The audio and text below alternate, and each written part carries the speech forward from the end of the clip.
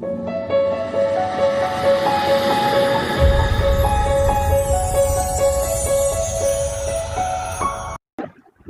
Structure and algorithm চৌথ পর্ব computer টেকনোলজির জন্য আজ আমি যে অধ্যায়টি আলোচনা করব সেটা প্রথম অধ্যায়, basic idea of data structure. আমরা প্রত্যেকেই জানি যে ডাটা স্ট্রাকচার কম্পিউটার টেকনোলজির একটা ভ্যালুয়েবল সাবজেক্ট, এবং এই সম্পর্কে ডাটা স্ট্রাকচার সম্পর্কে ভালো ধারণা না থাকলে পরবর্তীকালে আমরা কম্পিউটার টেকনোলজির অনেক কিছুই আমরা জানতে পারি না। যাই হোক, আমি এখন ক্লাস শুরু করছি।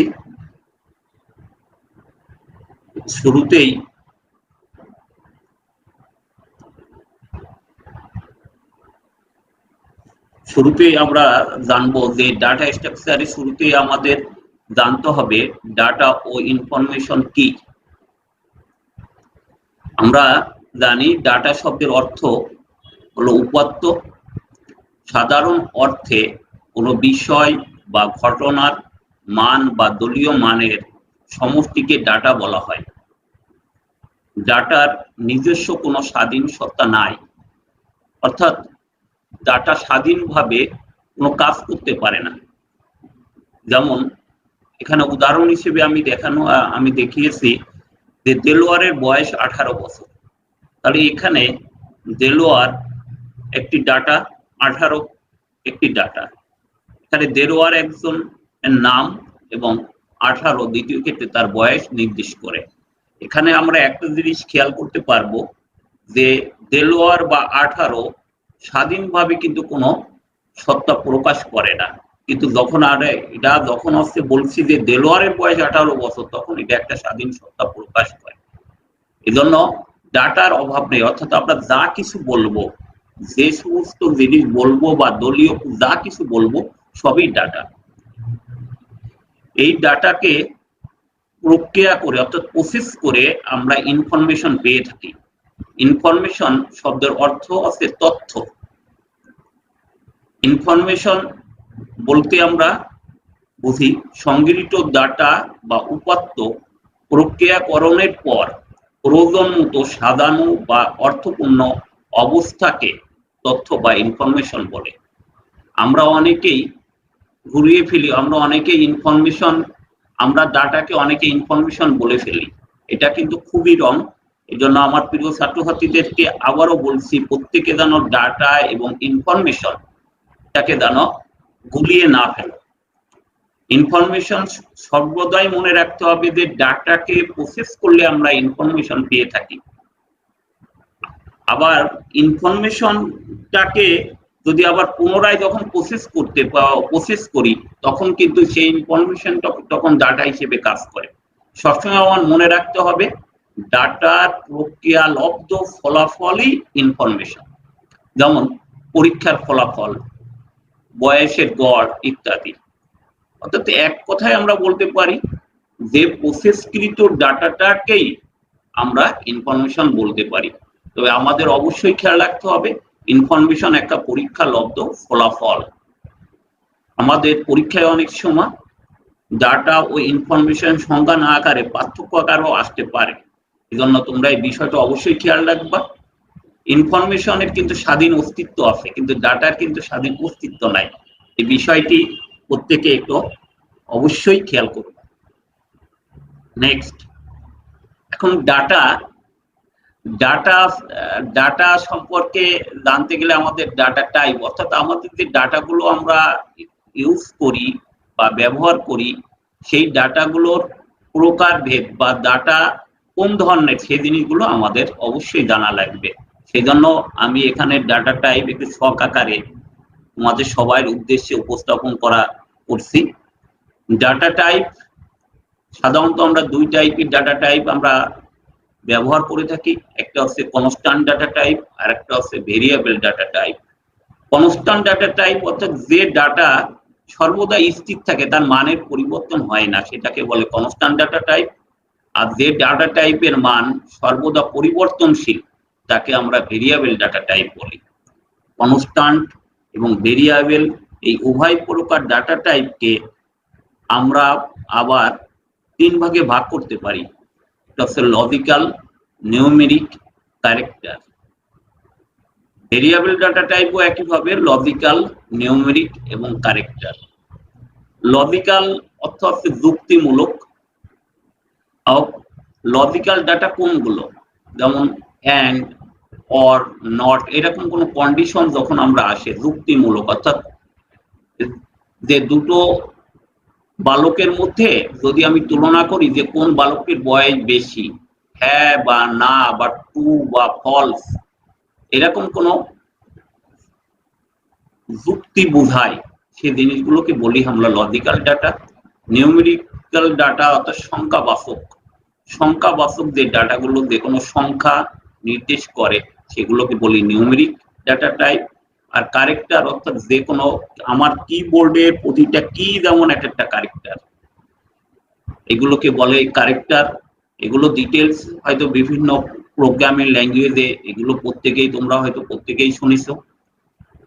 আমি এজন্য এটা খুব বেশি দীর্ঘ আলোচনায় আমি এটা যাব না। নিউমেরিক ডাটা টাইপ অর্থাৎ সংখ্যাবাচক ডাটা টাইপ আবার দুই ধরনের, একটা হচ্ছে ইন্টিজার আর একটা হচ্ছে ফ্লোট। ইন্টিজার অর্থাৎ পূর্ণ সংখ্যা, আর যে পূর্ণ সংখ্যা যেগুলো সেগুলোকে বলি ইন্টিজার, আর দশমিক যুক্ত সংখ্যাগুলোকে আমরা বলি ফ্লোট। এখন আমি যদি লিখি 1 তাহলে সেটা ইন্টিজার, কিন্তু আমি যদি লিখি 1.0 তাহলে সেটা কিন্তু 1 নির্দেশ করলেও কিন্তু সেটা ইন্টিজার হবে না, সেটা অবশ্যই ফ্লোট ডাটা টাইপ হবে। এবার আসি আমাদের মূল বিষয়, যে সাবজেক্টটা আমরা পড়ছিলাম, ডাটা স্ট্রাকচার। ডাটা স্ট্রাকচারটা কি জিনিস? ডাটা স্ট্রাকচার আমাদের প্রত্যেকেই, আবার এই জিনিস ছাত্রছাত্রীদের উদ্দেশ্যে বলছি, প্রত্যেকেই জানো এটা অবশ্যই ভালো করে খেয়াল করে। ডাটা সমূহকে আমরা ভিন্ন ভিন্ন কাজের জন্য ভিন্ন ভিন্ন ভাবে প্রক্রিয়াকরণ করে থাকি, করে এই ডাটাগুলোকে আমরা সুসংগঠিতভাবে সাজিয়ে থাকি। যে এই সুসংগঠিতভাবে এই ডাটা সমূহ সাজানোকে আমরা বলি ডাটা অর্গানাইজেশন। এই ডাটা অর্গানাইজেশনে ডাটাকে একটা নির্দিষ্ট মডেলে আমরা সাজাই থাকি। এই ডাটা অর্গানাইজেশনের এই ডাটার সাজানোর এই মডেল অর্থাৎ গাণিতিক ও যুক্তিমূলক এই মডেলকে আমরা বলি ডাটা স্ট্রাকচার। আগেই আমি আবার রিপিট করছি, ডাটা সমূহকে আমরা ভিন্ন ভিন্ন কাজের সুবিধার্থে ভিন্ন ভিন্ন ভাবে প্রক্রিয়াকরণ করে থাকি, করে এই ডাটাগুলোকে সাজিয়ে থাকি। এই সাজানোকে আমরা বলি ডাটা অর্গানাইজেশন, এবং ডাটা অর্গানাইজেশন এই ডাটা সমূহকে আমরা একটা নির্দিষ্ট মডেলে অর্থাৎ গাণিতিক বা যুক্তিমূলক মডেলে সাজিয়ে থাকি। এই সাজানো মডেলগুলোকেই আমরা বলে থাকি ডাটা স্ট্রাকচার। তবে ডাটা স্ট্রাকচারে বিশেষ করে খেয়াল রাখতে হবে, ডাটা মডেল আকারে যখন সাজাবো তখন আমরা দুটি বিষয় অবশ্যই খেয়াল রাখবো। প্রথমটা হবে এই স্ট্রাকচারের আওতাধীন ডাটাকে এমন বৈশিষ্ট্যের অধিকারী হইতে হবে যেখানে আমাদের বাস্তব জীবনের সুস্পষ্ট প্রতিফলন ঘটে, অর্থাৎ বাস্তব জীবনে এই ডাটা সমূহের বাস্তবায়ন হয় সেদিকটা আমাদের খেয়াল রাখতে হবে। আর স্ট্রাকচার যখন সাজাবো তখন আমাদের এমন ভাবে সাজাইতে হবে যেন যে কেউ প্রয়োজন বোধে এই ডাটাগুলোকে তার প্রয়োজন অনুযায়ী ডাটাগুলোকে প্রসেস করতে পারে যে কেউ। এই দুটো বিষয় আমাদের অবশ্যই খেয়াল রাখতে হবে ডাটা মডেল সাজানোর ক্ষেত্রে। আর ডাটা স্ট্রাকচারের এই ডাটা মডেল সাজানোটাই মূল ভিত্তি।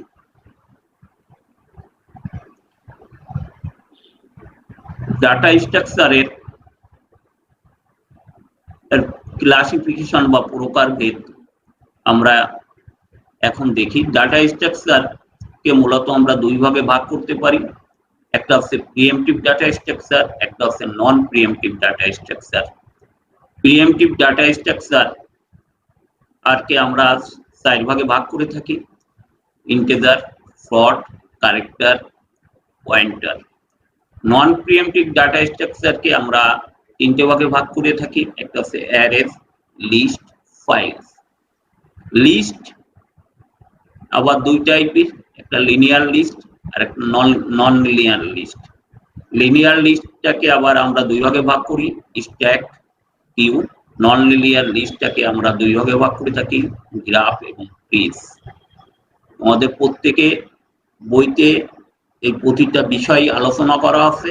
আমি এখানে এই বিষয়ের ভিতরে আলোচনায় আমি যাব না।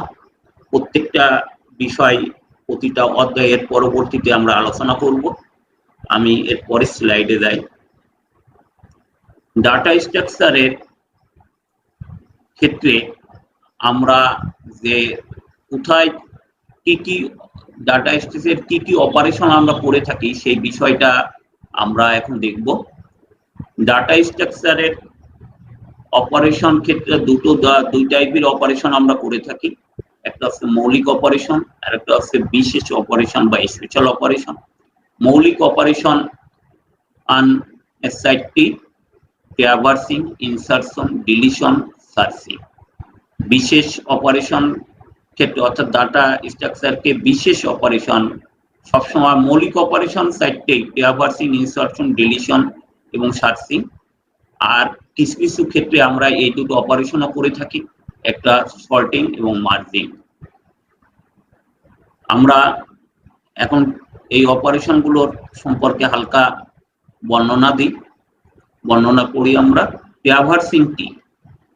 ডাটা স্ট্রাকচারের কোনো রেকর্ডকে কমপক্ষে একবার অ্যাক্সেস বা প্রসেস করাকে আমরা ট্র্যাভার্সিং বলি। যেমন আমি যদি একটা অ্যারে ডিক্লেয়ার করি, সেই অ্যারেতে যদি কোনো ডাটা আমি ইনপুট দিই বা ডাটা গুলোকে আমি আউটপুট হিসেবে পাই বা অ্যারের যে কোনো অপারেশন যদি করি, তাহলে সেটাই ট্র্যাভার্সিং এর মধ্যে পড়বে। ট্র্যাভার্সিং করার অর্থ একটাই যে আমি ওখানে মিনিমাম একবার অ্যাক্সেস করছি কিনা। সার্চিং সার্চিং ডাটা স্ট্রাকচারে একটি নির্দিষ্ট কি ভ্যালুর মাধ্যমে কোন রেকর্ডের লোকেশন খুঁজে বের করার উপায়কে বলা হয় সার্চিং। অর্থাৎ আমার একটা নির্দিষ্ট কি ভ্যালু দেব, যেমন কোনো জিনিসটাকে যদি আমরা সার্চ করতে চাই তখন আমরা একটা ভ্যালু দিয়ে থাকি, যেটাকে আমরা বলি কি ভ্যালু। এই ভ্যালুর করসপন্ডিং এ আমরা যে কোনো বিষয়কে আমরা খুঁজে বের করতে পারি যদি ওই ডাটা স্ট্রাকচারে ওই ভ্যালুটা থাকে। সার্চিং জিনিসটাও তাই, যে ডাটা স্ট্রাকচার একটা নির্দিষ্ট ভ্যালুর মাধ্যমে কোনো রেকর্ডের লোকেশন খুঁজে বের করার উপায়কে সার্চিং বলা হয়। ইনসারশন বা ইনসার্টিং, এটা পূর্বে তৈরি করা কোনো ডাটা স্ট্রাকচারের সাথে নতুন কোনো রেকর্ড সংযোজন করার কৌশলকে ইনসারশন বলে। অর্থাৎ আমরা একটা ডাটা স্ট্রাকচার আরে যদি নতুন কোনো আইটেম সংযোগ করতে পারি তখন এই কৌশলটাকে বলা হয় ইনসারশন। ডিলিশন ইনসারশনের উল্টো, অর্থাৎ ডাটা স্ট্রাকচারে বিদ্যমান কোন রেকর্ডকে মুছে দেওয়া বা বাদ দেওয়ার কৌশলকে আমরা বলে থাকি ডিলিশন। সর্টিং, আমরা ডাটা স্ট্রাকচারে যে ডাটাগুলো বিদ্যমান থাকে তাদেরকে একটা নির্দিষ্ট ক্রম অনুসারে অ্যাসেন্ডিং বা ডিসেন্ডিং যে কোনো অর্ডারে সাজানোকে বলা হয় সর্টিং। মার্জিং, অর্থাৎ দুটি ভিন্ন ফাইল, দুটো আলাদা ডাটা স্ট্রাকচারে থেকে তার রেকর্ডগুলোকে একত্রে সর্টিং অবস্থায় তৃতীয় কোনো ফাইলে রাখার কৌশলটাকে আমরা বলি মার্জিং। আমরা ডাটা স্ট্রাকচারের যে ক্লাসিফিকেশন আমরা স্ট্যাক, কিউ, অ্যারে, লিস্ট এগুলো আমরা দেখছি। এগুলোর যে কোনোটার ক্ষেত্রে এই 6টি অপারেশন প্রযোজ্য হবে। এই অপারেশনগুলো সম্পর্কে যদি আমাদের ক্লিয়ার ধারণা না থাকে তাহলে আমরা ওখানে যে ডাটা স্ট্রাকচারে কোনো অপারেশন করতে দেয় সমস্যায় পড়তে পারি। এই জন্য ছাত্রছাত্রীদেরকে বলবো তোমরা অপারেশন গুলো সম্পর্কে ক্লিয়ার ধারণা রাখবে। আমরা আমরা এখন দেখব অ্যারে ও লিস্ট কি জিনিস। অ্যারে এই জিনিসটা সম্পর্কে ছাত্রছাত্রীরাও অনেক আগে থেকেই পরিচিত, আমি আমার বিশ্বাস। তারপরও আমি সংক্ষিপ্ত আকারে অ্যারে ও লিস্ট সম্পর্কে বলার চেষ্টা করছি। ডাটার শ্রেণীবদ্ধ সজ্জাকে অ্যারে বলে। একটি সাধারণ ভেরিয়েবলের আওতায় মেমোরিতে পরপর সংরক্ষিত একই টাইপের কতগুলো ভেরিয়েবল বা ডাটা সমষ্টি হচ্ছে অ্যারে। অর্থাৎ একটা সাধারণ ভেরিয়েবলের আওতায় মেমোরিতে পরপর সংরক্ষিত, অর্থাৎ মেমোরির একটা নির্দিষ্ট লোকেশন থেকে শুরু করে কখনো ওর ভিতরে গ্যাপ থাকবে না, যে একই টাইপের, আমার এখানে অবশ্যই খেয়াল রাখতে হবে একই টাইপের ডাটা হতে হবে, সেই ডাটার সমষ্টিটাকেই বলা হয় অ্যারে। অ্যারে সাধারণত দুই টাইপের, অর্থাৎ একমাত্রিক ও বহুমাত্রিক। একমাত্রিক অ্যারেটাকে আমরা বলে থাকি লিনিয়ার অ্যারে। সাধারণত যে তোমাদের ডাটা স্ট্রাকচারের সামনে তৃতীয় চ্যাপ্টার থেকেই তোমরা লিনিয়ার অ্যারে অধ্যায়টা পড়বা, সেখানে আসলে লিনিয়ার অ্যারে বলতে একমাত্রিক অ্যারে বলা হয়। অর্থাৎ যে অ্যারেতে একটি মাত্র সাবস্ক্রিপ্ট আমরা ব্যবহার করে থাকি সেটাকে বলা হয় একমাত্রিক অ্যারে, আর যে অ্যারেতে আমরা একাধিক সাবস্ক্রিপ্ট ব্যবহার করে থাকি সেটাকে বলা হয় বহুমাত্রিক অ্যারে। যাই হোক, আমরা তৃতীয় চ্যাপ্টারে একমাত্রিক অ্যারে বা লিনিয়ার অ্যারে সম্পর্কে আমরা ডিটেলস পড়ব। এটা আমাদের তৃতীয় সপ্তাহে আশা করি তোমরা এটা দেখতে পাবে। লিস্ট কি জিনিস? লিস্ট অর্থ তালিকা। প্রাপ্ত ডাটার ক্রম বিন্যস্ত সজ্জাকে লিস্ট বলে। লিস্টে ডাটা ইচ্ছা মতন সংযোজন বা বিয়োজন করা যায়।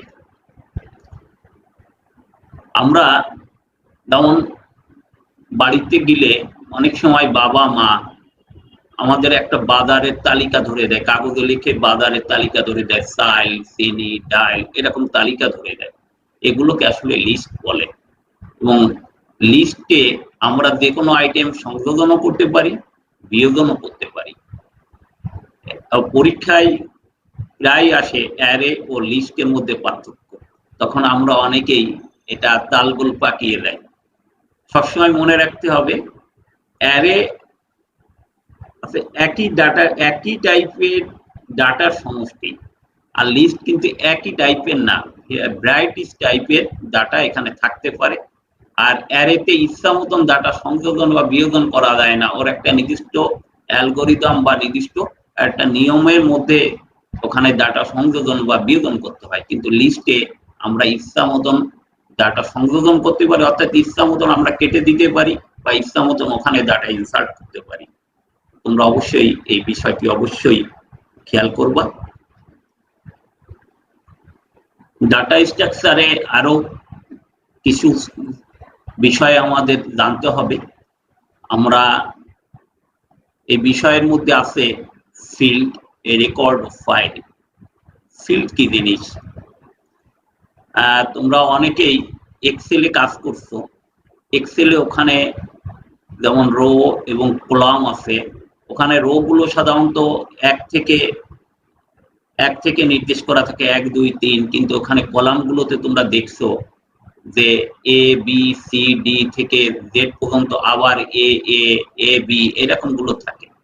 ওগুলোর প্রতিটাই আছে এটা একটা ফিল্ড। অর্থাৎ ফিল্ড যদি সংজ্ঞা আকারে যদি বলি, ডাটা সংগঠনে কয়েকটি ক্যারেক্টার বা বর্ণ বা অঙ্ক ইত্যাদি নিয়ে গঠিত একটি আইটেমকে ফিল্ড বলা হয়। যেমন একটা ছাত্রর ডাটাবেস যখন আমরা পড়তে যাই, তখন আমরা তার নাম, রোল, তার মোবাইল নাম্বার, গ্রেড, জিপিএ, এগুলো আমরা তথ্যগুলো দিয়ে থাকি। এই সমস্ত তথ্যটাই এক একটা, প্রতিটাই এক একটা ফিল্ড। যেমন নাম একটা ফিল্ড, রোল একটা ফিল্ড, মোবাইল নম্বর একটা ফিল্ড, গ্রেড একটা ফিল্ড।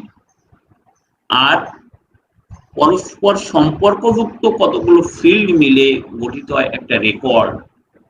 যেমন একজন ছাত্রের নাম, রোল, গ্রেড, এগুলো মিলে তার একটা রেকর্ড গঠিত হয় এবং ডাটাবেজে রেকর্ড সমূহ সাধারণত এক বা একাধিক টেবিল আকারে সংরক্ষিত থাকে। বিশেষ করে যারা এক্সেলে কাজ করছো তারা প্রত্যেকেই এই জিনিস সম্পর্কে ওয়াকিবহুল। ফাইলটা কি? ফাইল হচ্ছে পরস্পর সম্পর্কযুক্ত কতগুলো রেকর্ডের সুসংবদ্ধ সমন্বয়কে ফাইল বলা হয়। যেমন ছাত্রদের বেতন ও ফলাফলের রেকর্ড একটা ফাইলে গঠিত হয়। আমি নিচে একটা উদাহরণ সাহায্যে দেখানোর চেষ্টা করছি। যেমন একটা টেবিল আমি এখানে তৈরি করছি। টেবিলে আমার 3টে ফিল্ড দেখতে পাচ্ছি, ক্রমিক নম্বর, রোল, নাম। নিচে ক্রমিক নম্বর 001 দিয়ে তার রোল নম্বর আর নাম রাসেল। এভাবে আমি রাসেল, সালাম, রোমা এভাবে দেখাচ্ছি। এখানে ফিল্ড হচ্ছে কোনগুলো? ক্রমিক নম্বর, রোল, নাম। এই তিনটে এখানে ফিল্ড হিসেবে আছে। এখানে আমি 3টে রেকর্ড এখানে সংযোজন করেছি, রেকর্ড 1, রেকর্ড 2, রেকর্ড 3, আর সম্পূর্ণটা মিলেই হচ্ছে একটা ফাইল বা একটা টেবিল। আশা করি এই বিষয়টা বুঝতে পারছো সবাই।